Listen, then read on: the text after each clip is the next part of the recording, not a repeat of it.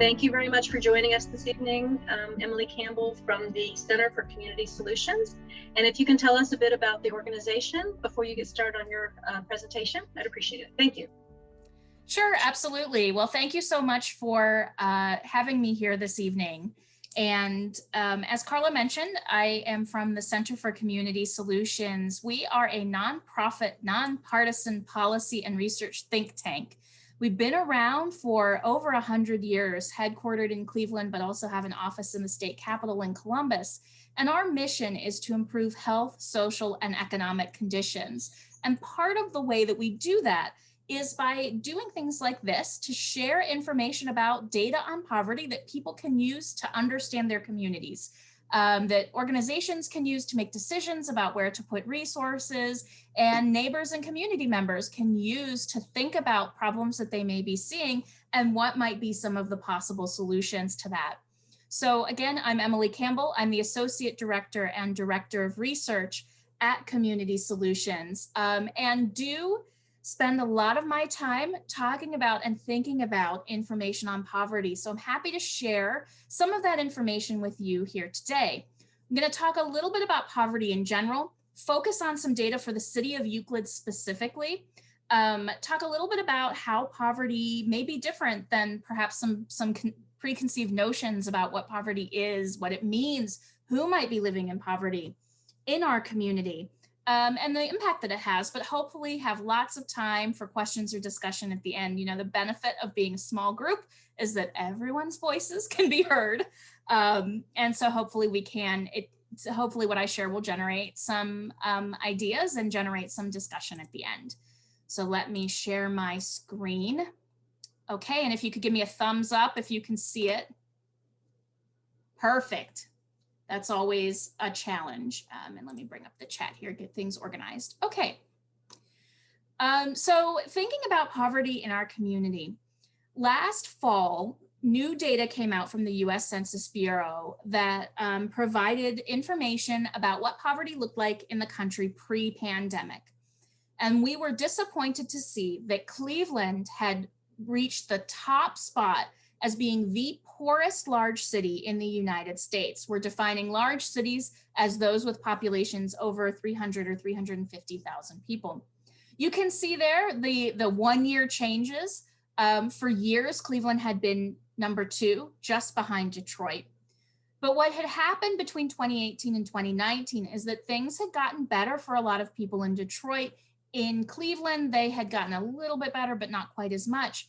And one of the biggest changes had to do with the share of older adults, those over the age of 65 that were living below the poverty threshold in Cleveland. Poverty for older adults in Cleveland got worse. In Detroit, it got better. And that unfortunately propelled us to the top spot. So very concerning.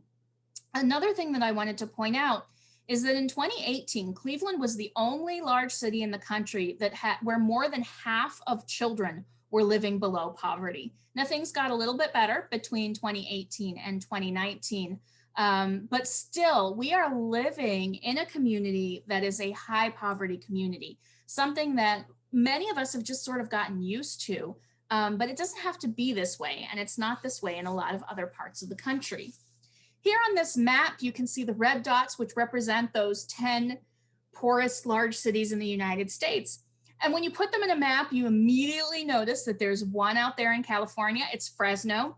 The rest of the cities are all clustered in what we often call the Rust Belt, in the South, you know, and as well as in New Jersey. And so, you know, you have this sense that these are sort of national economic conditions that might be causing some of these legacy cities to have higher shares of poverty than some other places in the country. Now, one thing about the official poverty guidelines is that it's this threshold set by the federal government that's the same across the country. So the poverty threshold in a place like Cleveland or Euclid that has relatively low cost of living, it's the same threshold as in New York City, as in San Francisco, as in places that have much higher cost of living. So while it is true that people who are living in poverty in Cleveland may not be struggling quite as much as people in some of those higher cost cities, there are still an awful lot of people in our communities that are struggling. Whether or not a family is living in poverty according to the official statistics is entirely determined by their household income. So how much money the household has coming in terms of income, and the number of people that are living in their family. And so here on the screen, you can see the official poverty income guidelines for 2021. They're adjusted for inflation.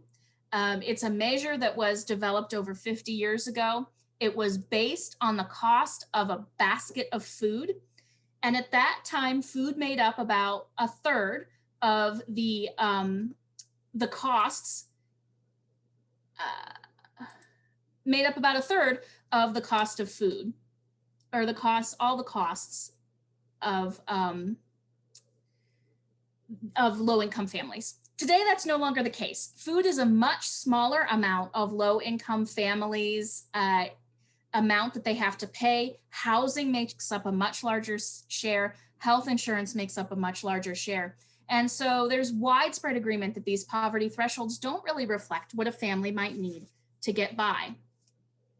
Over time, let me see if I can clear the annotations here. There we go. Over time, poverty rate has fluctuated. Here you see from Ohio, the poverty rate over the last 40 years or so. The red line is the poverty rate for children. Then we have all people, working age, and older adults down there on the bottom. So it sometimes surprises people that the poverty rate for older adults is always much lower than that for working age people. The reason for that is almost exclusively to do with Social Security.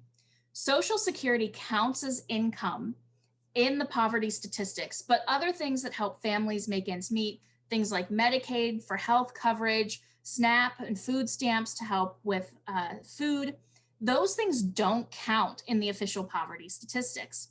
We also see over and over again that the younger you are, the more likely you are to be living in poverty. That's true in Euclid, as you'll see in a moment. It's true in our county, in our state as a whole, and in the country as a whole. Part of the reason for that is that it is hard to be a low-income family with children. The more people that you have in your family, the higher that poverty threshold. The other reason is that if there is a family that has more than one child in it, you might have one parent and two children. You have one adult that's living in poverty, but both children. And so we kind of see these statistics repeated time and time again, that poverty rate is higher for children.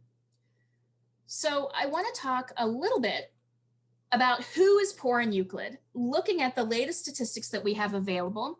This data comes from the US Census Bureau's American Community Survey, and we're looking at the 5-year estimates. So they've grouped 5 years of data together. All the data and information that I'll share today is pre-pandemic. It was collected up through 2019. That's the latest we have available. We won't get 2020 numbers until later in the fall. So there is a lag in this information. And so as we're going through these statistics, I would ask you to kind of think about what's happened over the course of the last year and a half with the pandemic in our communities and how these numbers might be different for 2020 than what we see in 2019. We are anxiously awaiting the new data to try and take a look and see if the data do show any of those impacts of the pandemic. So as I mentioned, the picture of poverty has been changing in the United States over the course of the last several decades. 2005 was the last year that more people lived in cities, in large cities in poverty than lived in the suburbs or in rural areas. So today, more Americans who are living in poverty live outside core cities than inside the core cities.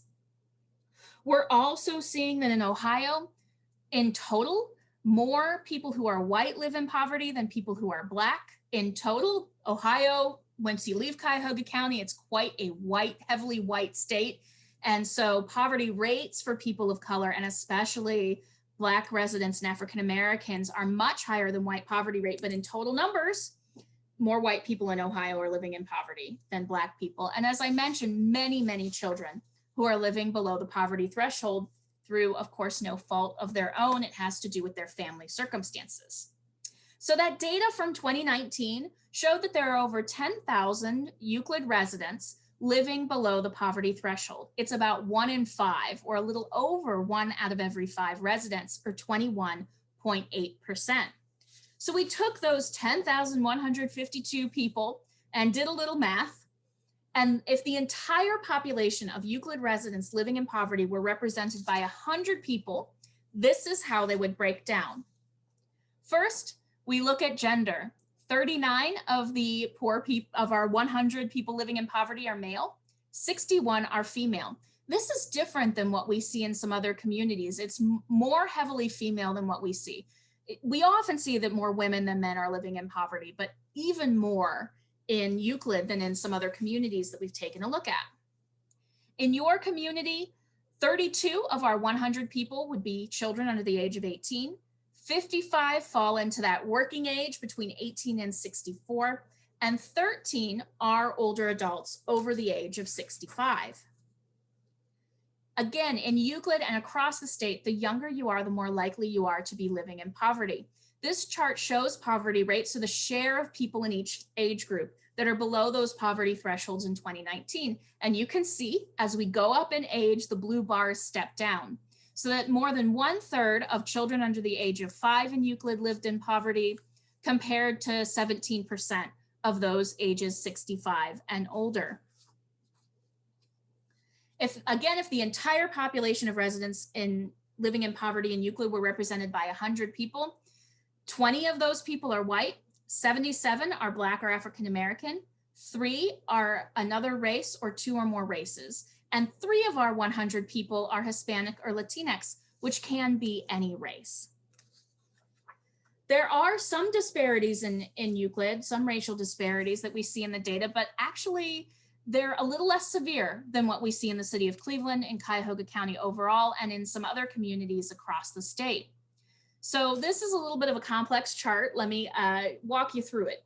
The blue bars are the share of the total population of everyone who's living in Euclid, poor or not. The red bars are the share of the poverty population. So 62% of all residents living in Euclid are Black or African American, but 76% of residents who are living in poverty in Euclid are Black or African American. And whenever we see a bar, the red bar being higher, we say that Black or African American residents are disproportionately impacted by poverty, or they're overrepresented in the population that lives in poverty. Corresponding to that, of course, we see the opposite is true for white residents, white non-Hispanic residents, where white residents make up 33% of the total population of Euclid, but only 19.5, almost 20% of people living in poverty, and very close in range for people that are Hispanic or of Latino origin, which again can be of any race. This is just sort of the way that the Census Bureau counts race and ethnicity. Something that probably won't come as a surprise is that in Euclid, as well as across the county and the state, the more education someone has, the higher their educational attainment, the less likely they are to be living in poverty.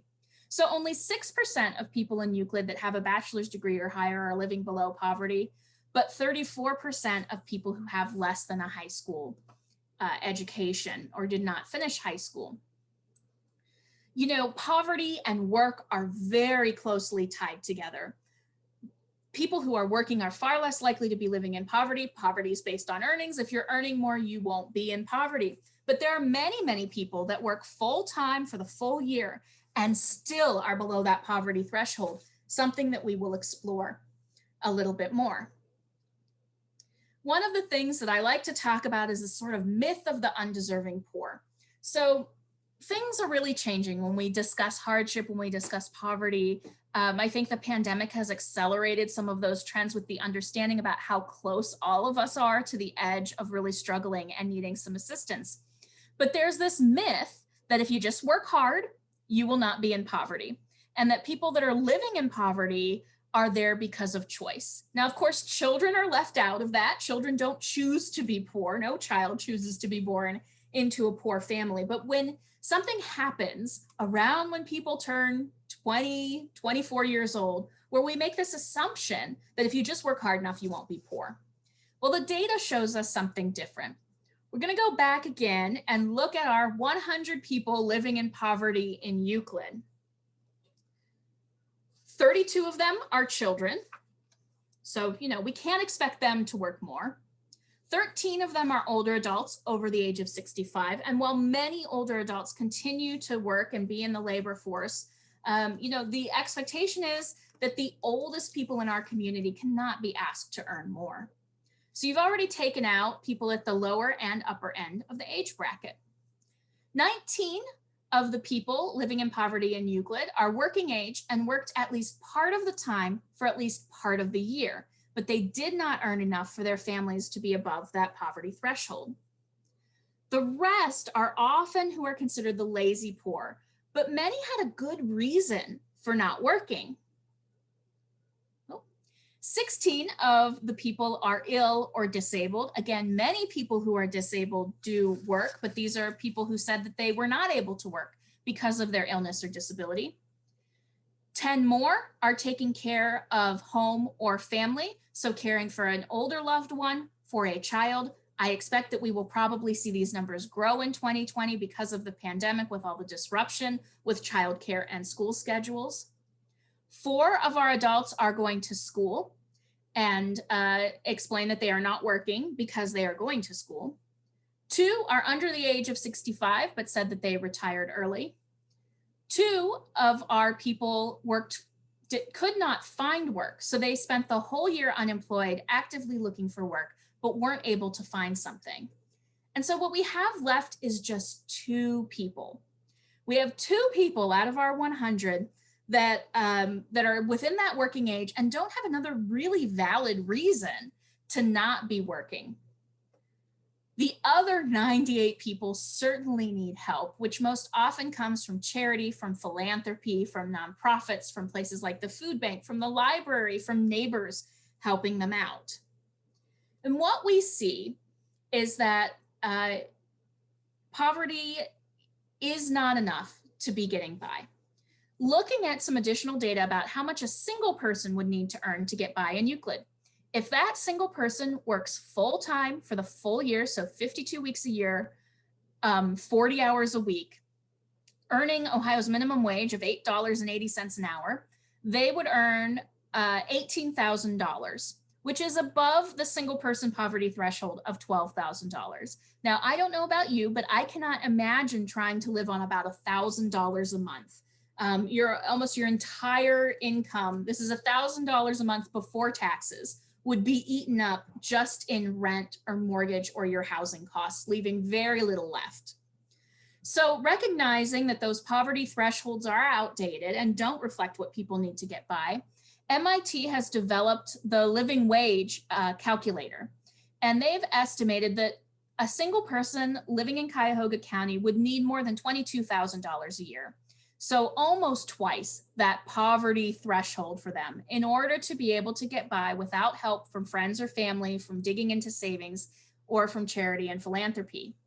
Now, the median income for non-family households in Euclid, so mostly single people fall into that non-family household category, is $25,000. That means that half of the people in non-family households in Euclid make more than $25,574 a year. Half of them earn less. So Euclid is a community where at least half of the non-family household people are making more than that living wage. And the reason that the living wage is much higher than where we set poverty or where we see the minimum wage is because just of how much things cost. So we've done some calculations, and at Ohio's minimum wage of $8.80 an hour, someone would need to work 64 hours per week just to afford the basics that we have listed here without outside help. We count the basics as a 2-bedroom apartment, which would take them 22 hours a week to be able to afford. Full-time childcare for just one toddler at $160 per week would be 18 of their hours. Family health insurance premium, the employee's share would be at least 11 hours. Full-time tuition at Tri-C, perhaps they're trying to better their circumstances, would take 6 hours every single week. Basic food for one adult costs at least $39 per week, which is 4 hours. And a weekly pass for RTA, if for public transportation, would take 3 hours. You add it all together, you are very quickly over 40 hours a week that someone would need to work in order to be paid minimum wage and be able to afford the basics. And we looked at the single family, what a single person would need. But looking at a family of 3, the picture is different. And we start to get this sense of why so many children are living below the poverty threshold. Here you can see that working full-time for the full year earning minimum wage, a parent with 2 children would be below their poverty threshold. So the poverty threshold for this family of 3 is $21,960. What they would earn full-time working at minimum wage is $18,304. The median income for all families in Euclid is just over $50,000, almost $51,000. So half of the families' households in Euclid earn less, half of them earned more. But that is below the living wage for a family of 3 that MIT identified as being just over $56,000 per year, which means that over half of the families in your community are likely to be struggling to make ends meet, to afford the basics, and need to rely on outside help, whether it comes from government or from another source. And we see that played out in some other data. Even before COVID-19, people in our community were forced to make tough choices every day. A poll that we conducted at the Center for Community Solutions in partnership with Baldwin Wallace University and Step Forward, or the Council of Greater Economic Opportunities in Greater Cleveland, found that 45% of families in our community said that they had to choose between paying for food and paying for another necessity. And 24% of families with children had to make a choice between medical care and another necessity. Now, we saw in our community over the last year during the pandemic that a lot of families were really struggling and being forced to make some difficult choices. So other necessities include things like utilities, transportation, housing, education, and childcare. So almost half of families with children said they had to choose between food and one of these other very important things. When we look at older adults, we find that before COVID-19, 26% of older adults had to choose between food and at least one other necessity. Utilities was most common, followed by medical care or housing. So the rising costs of food and other goods and services like medical care have caused people in all age groups to have to make some terrible choices and make some of these difficult choices. When we look at the data about what people did with their stimulus money, so some help did come from the federal government in 2020 and at the beginning of 2021 to help families make ends meet. Most of us received at least one round of stimulus checks, if not all 3 rounds of stimulus payments. So about a year ago, this data was collected about a year ago, 7.6 million Ohioans had received COVID-19 stimulus payments. As you can see here, almost 2/3 of them used at least some of that money to pay for food. The basic needs are what most people use their stimulus payments to pay for. We see food followed by utilities and telecommunications, household supplies or personal care products, rent, vehicle payments, mortgage, going on down the list. We also know that there are policies, government policies in place that have helped people. There has been a moratorium on evictions for renters. There were moratoriums on utility shut-offs. There are ways that red tape was cut for families to be able to access or continue to access health coverage through Medicaid for themselves and their children, or supplemental nutrition assistance program. If you are a person with kids in school that usually receive free and reduced lunch, your family has been receiving money every month through pandemic electronic benefit transfers that can help defray some of those costs.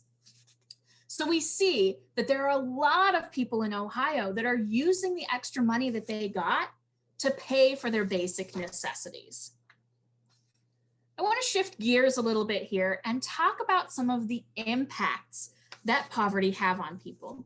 So any measure that we look at, we see that poverty is a risk factor for it. It is often not clear whether living in poverty is a cause or a consequence of some of these negative health, social, and economic conditions.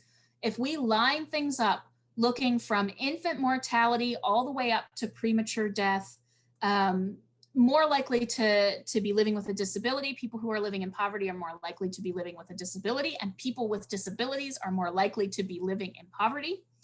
Any condition that we think of, not completing their high school education, dropping out of college, all kinds of things are related to poverty. So I'm going to share a series of maps.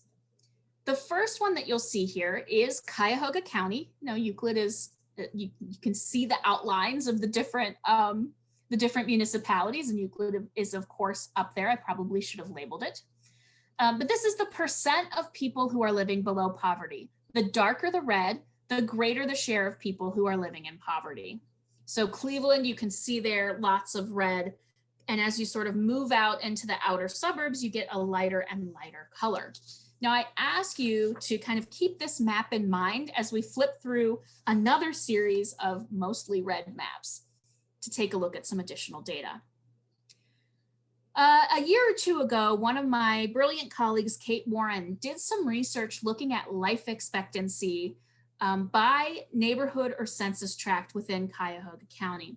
And what she found was that there was a 23-year difference in life expectancy between two neighborhoods that are less than 2 miles apart in Cuyahoga County. So people born in the Buckeye Woodhill University Circle area or who live there, the life expectancy was just 65 years. When we go to a community in Shaker Heights, we're looking at 88.6 years for life expectancy. So big disparities, even over short geographies. And I'm going to flip back to that poverty map. The map of life expectancy looks very similar to that poverty map. We also see correlations between poverty and between race. The maps of Cuyahoga County and of Cleveland today look very similar to the redlining maps from the 1930s and 40s. Cleveland is one of the most segregated cities in the country. It continues to be that way. And so, you can see the blue map is the share of the population who is Black or African American. The map just below that is the share of the population in poverty, that same red map. And then we see unemployment and median income. Now, of course, poverty is very, very closely correlated with income and unemployment, but not so closely correlated directly with health. We see some racial disparities continuing to perpetuate, and this is something that Community Solutions is working a lot more on now and going forward. We had looked at that data for how people use their stimulus money, excuse me, and looking at some information again from about a year ago. We looked at the share of people who use their stimulus money to pay off debt or to add for their savings. We see that racial disparities and wealth building, some issues could be perpetuating. So 37% of non-Hispanic white Ohioans used at least some of their stimulus money to pay off debt or to add to savings, compared to just 13% of non-Hispanic Black residents. That means that 87% of Black residents in Ohio use most of their stimulus money to pay for their basic expenses and were not able to pay down debt or to continue to build their wealth. Research out of the Federal Reserve Bank of Cleveland has shown that income disparities are perpetuating some of the wealth disparities, and that it would take decades, if we continue on our current trajectory, for Black residents to catch up with white residents. There are estimates from the Fund for Our Economic Future and others that this income disparity between races is costing our economy billions of dollars every year. And so a very urgent problem as we come out of the COVID economic crisis and try to build back better. When we look at health data, we see those same geographic patterns repeated. And one that I want to highlight here is the similarities between the poverty rate and mental health. So the darker colors show the share of adults who reported that their mental health has not been good for at least 14 days among adults ages 18. And again, you see very similar patterns repeating themselves. Living in poverty is stressful. It is so stressful that it has been identified as one of the adverse childhood experiences that can have a lifetime impact on children's health and well-being. Living in poverty can be so stressful that emerging research is showing that it rewires your brain. It is very difficult to make the best decisions in a crisis. And people who are living in poverty, struggling, not sure where their next meal may come from, are having to move from crisis to crisis to crisis. International research has shown that not having enough to make ends meet has resulted in the loss of IQ points for people and is the equivalent of being a chronic, barely functioning alcoholic or perpetually missing a night of sleep, missing an entire night of sleep every week. So serious consequences for decision-making, for cognitive function, for stress. We see higher levels of obesity, of chronic disease in people that grew up poor and people who continue to be poor. We also see physical health closely correlated with poverty, again, especially in areas of chronic disease, where poverty is coming to be seen as a risk factor for many conditions. And it's not hard to see what the mechanism may be. You know, physicians are starting to talk a lot about nutrition and about well-being. Research has shown that about 80% of a person's health is determined outside hospital walls. So is determined by the community they live in, by environmental factors, by access to clean water, to not be in areas that are polluted, access to places to exercise, the time to be able to exercise, and of course, access to healthy, nutritious food. And so researchers are really beginning to unravel some of these connections to go beyond just noticing the correlation and see the mechanisms for how poverty may be a cause and may be a consequence of some of these negative health and social conditions. So I want to spend the last few minutes of my kind of time here talking about what's next.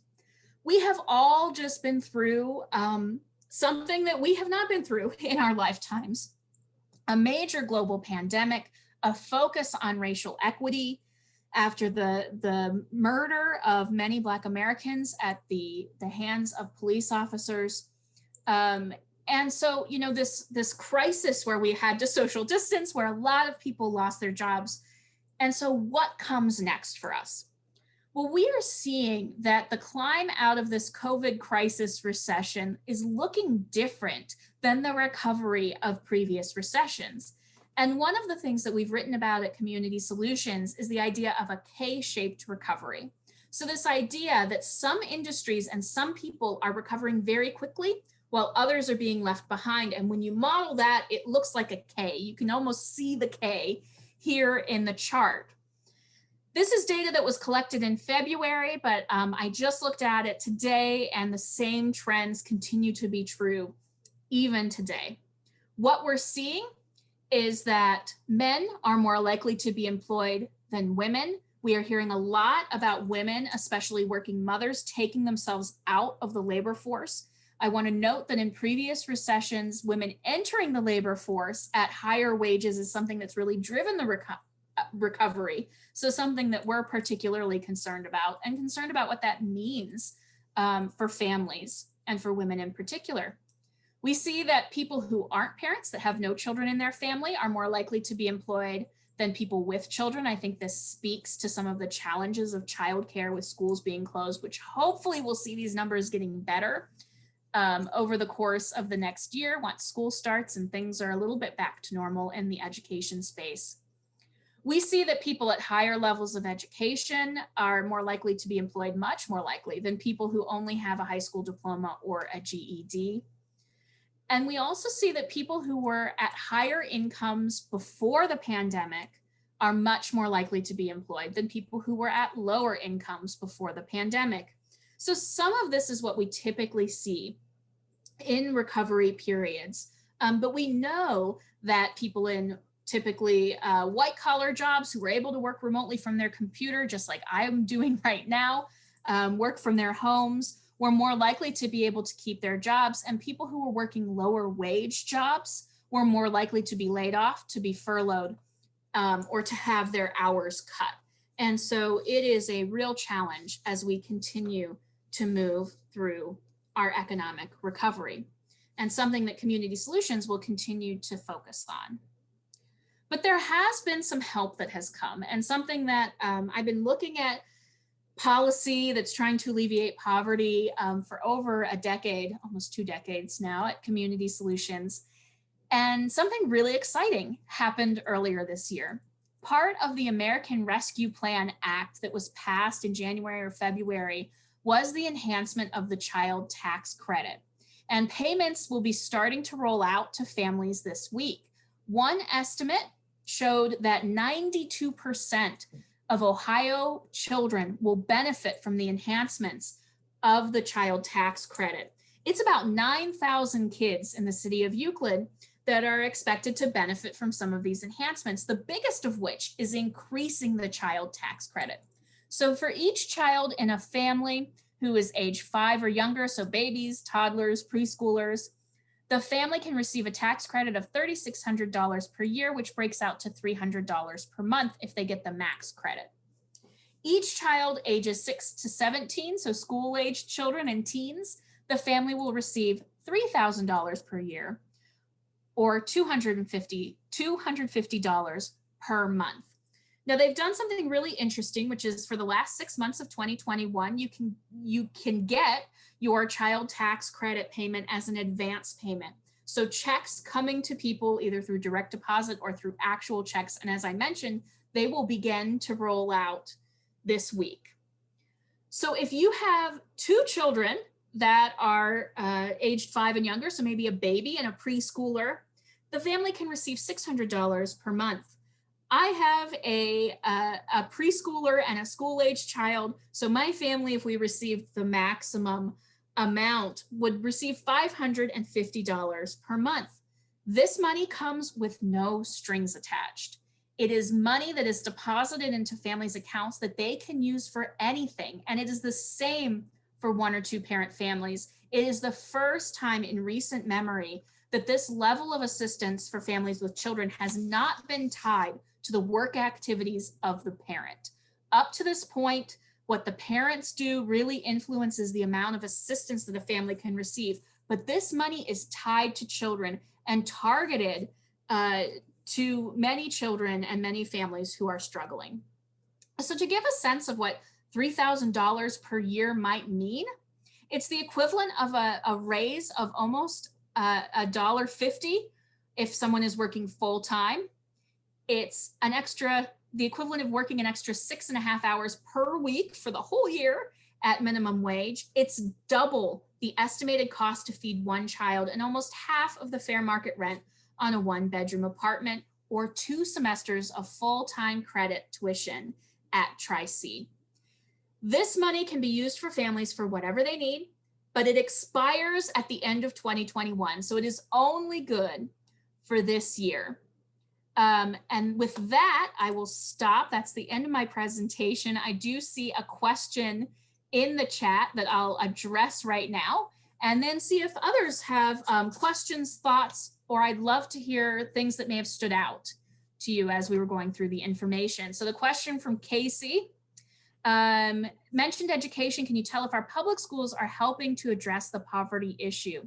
That is a great question that we could spend a whole session talking about. So one of the things that we have seen that schools did really well was help feed kids. We saw this during the pandemic. Research shows that hungry children cannot learn, that hungry workers can't earn. And so there was this real crisis for school-aged children when some of those food resources went away, that our community has been able to meet through federal assistance, through food banks, through a lot of amazing programs. And I'm sure the library has participated in some of that food distribution. So I will say this. There is a generally held belief that education is the ladder out of poverty, and our data certainly shows that to be true. The higher the level of education, the less likely someone is to be living in poverty. But it needs to be a quality education, and there needs to be a job at the other end of it. in order for it to be something that can really propel someone towards self-sufficiency. So I haven't looked specifically at the data for Euclid public schools, but I will say in general that many public schools are helping children overcome their disadvantages. You know, they're really focused on, for example, the kindergarten readiness scores that different groups of children come in with, and then working with those children to try and bring them up to grade level, especially in reading by grade 3. So, you know, it's a nuanced and difficult question, but I would probably say on balance, public schools are helping much, much more than they may be hurting. The second question was, how long will the child tax credit last? It is just for 2021. So these payments are meant to go out for these last 6 months of the year. And how long does it take for a family to realistically lift themselves out of poverty?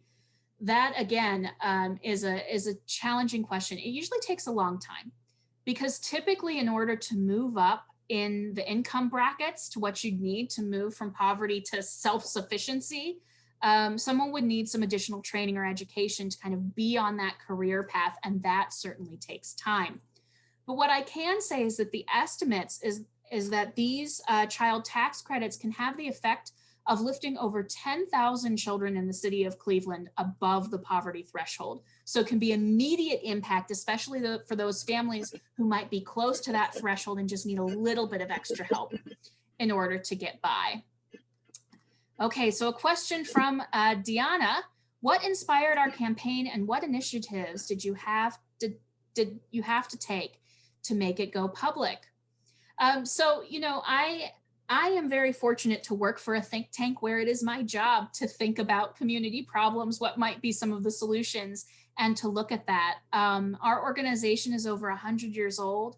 About half of our funding every year comes from our endowment and trust income, which, thank you to the wealthy philanthropists 100 years ago that left money to our organization in their wills, that enables us to do this work year after year. The rest of our funding, a large portion of it, comes from grants from places like the Cleveland Foundation, the Gunn Foundation, Mount Sinai Foundation, St. Luke's Foundation, that believe that the work that we're doing can have a positive impact on the community.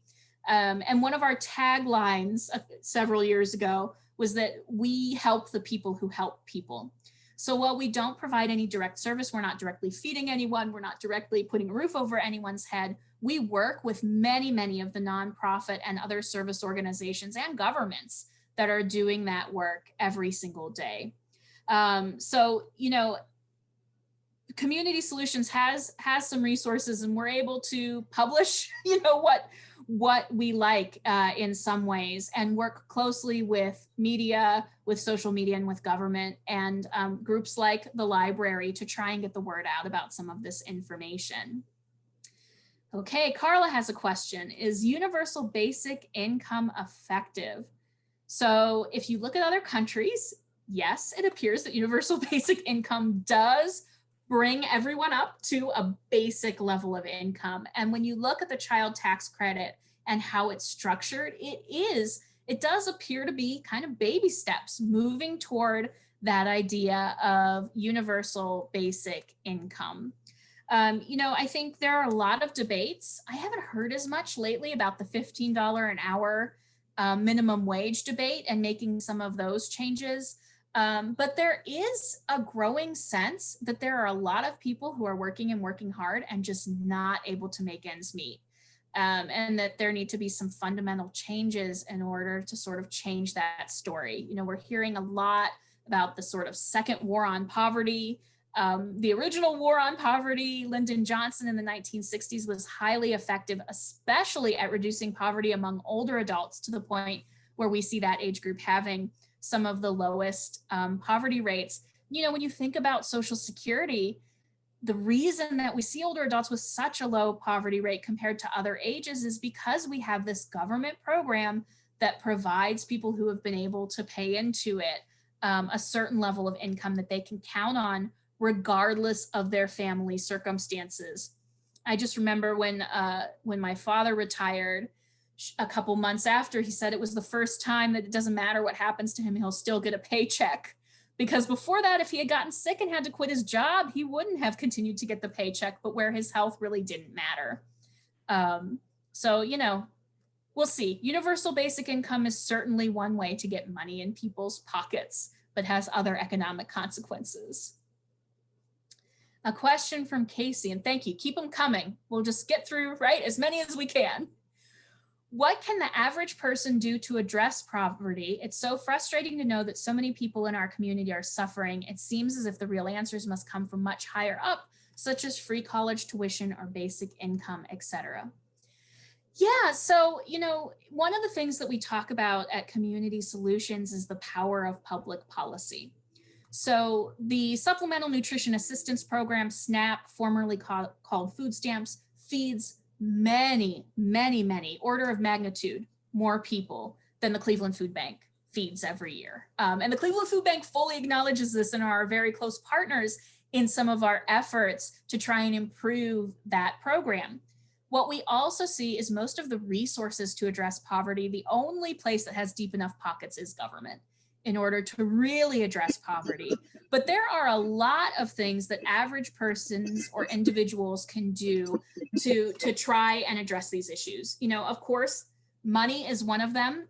Committing your resources, whether it is time or money, to programs that are helping people overcome their disadvantages, whether you're participating in a mentorship program, volunteering your time is one thing you can do.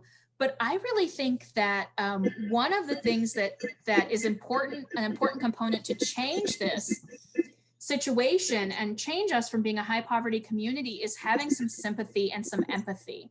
And so, I always appreciate doing presentations like this to try and bust some myths that it's not just about a job, that a job isn't just enough.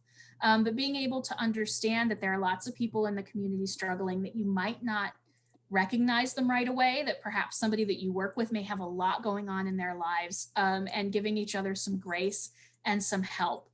Sometimes a small hand up or a small piece of help can be really transformative for people. Other times it takes much, much more. And I think about moving out of poverty kind of like losing weight. So, we all know people who swear by the method they've used to lose weight. We try it, it may not work for us the same way. There isn't one solution to poverty. So it's a multifaceted problem that's going to take lots and lots of solutions. But I do really believe that that small things can add up to big changes in our community. Question, there used to be classes in Euclid to help folks get their GED. Where are they now?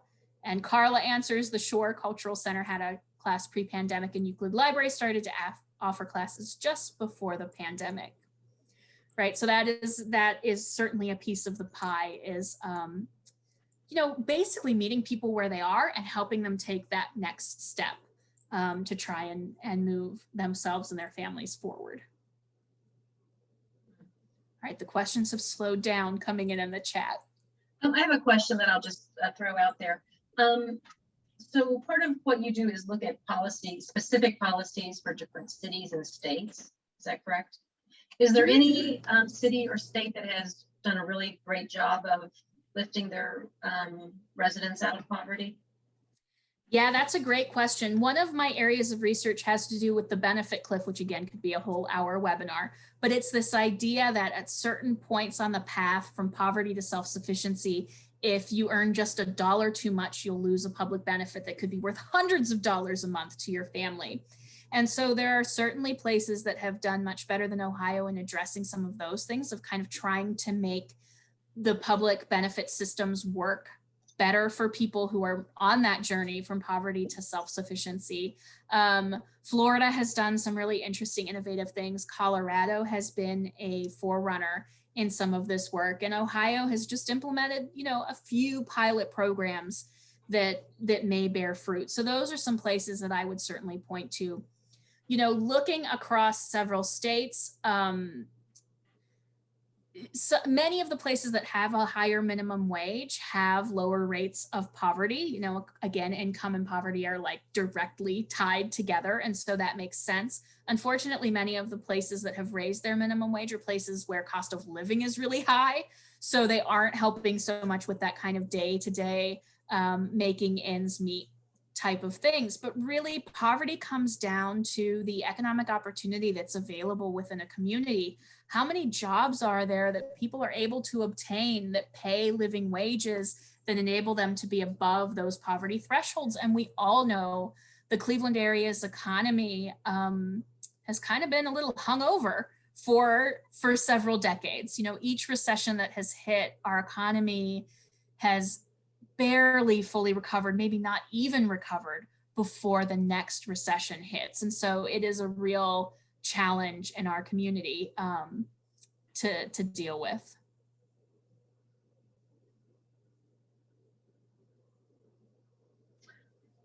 I should just note that the GED classes are online now. So we have a link to the survey. Tell us what you thought. Yes, thank you. And then also a question from Casey. How do we keep Euclid from becoming East Cleveland? Don't mean to make East Cleveland seem horrible, but yeah, how do we slow the poverty here? Yes. East Cleveland, I mean, you know, objectively, when you look at the data, East Cleveland has lots of challenges, big, enormous challenges. And I'm sure for those of you who have been longtime Euclid residents, you've seen changes within your community. We see it in the data where poverty has spread from the urban core out into the inner ring suburbs. And that often those suburbs have less resources available for people to be able to kind of get by in those situations. So it's something that's really being discussed at the county of how do we try and address the needs in all the communities across the county, recognizing that there is still such great need in certain pockets of the community. You know, I think schools have a lot to do with this question. It has to do with residents wanting to better their community. And it partially has to do with people staying and not leaving. You know, the story of Cleveland and East Cleveland over the last several decades has been a story of the people who are wealthier or higher income or even middle income moving out. And so what's happened is that poverty has become concentrated. I mean, I think that's what we see in East Cleveland, where the people who were doing okay picked up and left and moved elsewhere and sort of abandoned the communities that sometimes their families had lived in for decades. You know, not blaming them. Of course, we all want to live in better and safer communities, but it kind of caused this vicious cycle where there's less tax revenue, both income tax and property tax revenue, which means that there can be fewer services, which means that more people leave. And so, you know, for me, it's really something to do to prevent that is to stay and commit to your community, encourage your friends and neighbors to commit to your community, you know, not move further out into the suburbs and kind of stay and make it a place that has a very high quality of life. Many of the things that attract people to a community that make it very livable or very desirable are the things that reduce poverty. And improve health and well-being, you know, good park systems. I mean, you and Euclid have some beautiful parks that I love to visit, good schools, you know, safe streets, quality housing, affordable housing are all things that can really create a virtuous cycle that propels a community rather than that vicious cycle that we kind of saw over decades in East Cleveland. Yeah, the comment that, you know, Euclid is getting a lot of Cleveland's people, but not a lot of Cleveland's resources. I would definitely agree with that. It's a real challenge to try and target resources to most need. And especially, you know, we see it in transportation too, you know, people who need public transportation, but those lines don't run all the way out to some of the suburbs or those places. So I think, Carla, with that, I will turn it back over to you. Say thanks so much for having me, and thank you for engaging with all of your questions. I'm sorry. Hello, I just have one more question. It's Casey. Sure. I'm sorry, I couldn't type fast enough. Is there a way that you mentioned the philanthropic community, a lot of the foundations, but a lot of them support Cleveland and not or East Cleveland? Like, it's been so difficult to get funding or support from some of the foundations because they'll tell us you're out of our service area.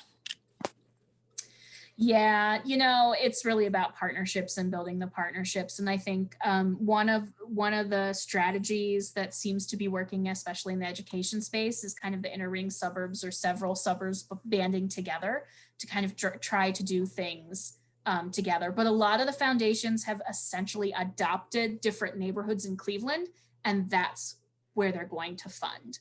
And so, yeah, definitely. I mean, I wish I had a better answer, but it is a real challenge to try and break through some of those things.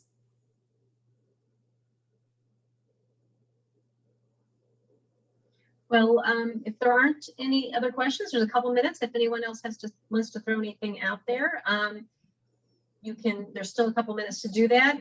Please let us know what you think about the program. There's a link in the chat. If you'll fill out that Survey Monkey, it's just 3 or 4 questions. We appreciate knowing what you think.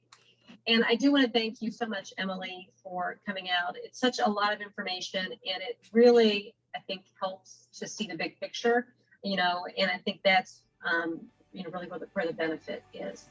So comment here. Thanks for sharing your information, and I second that wholeheartedly. So. Well, thank you for allowing me to share.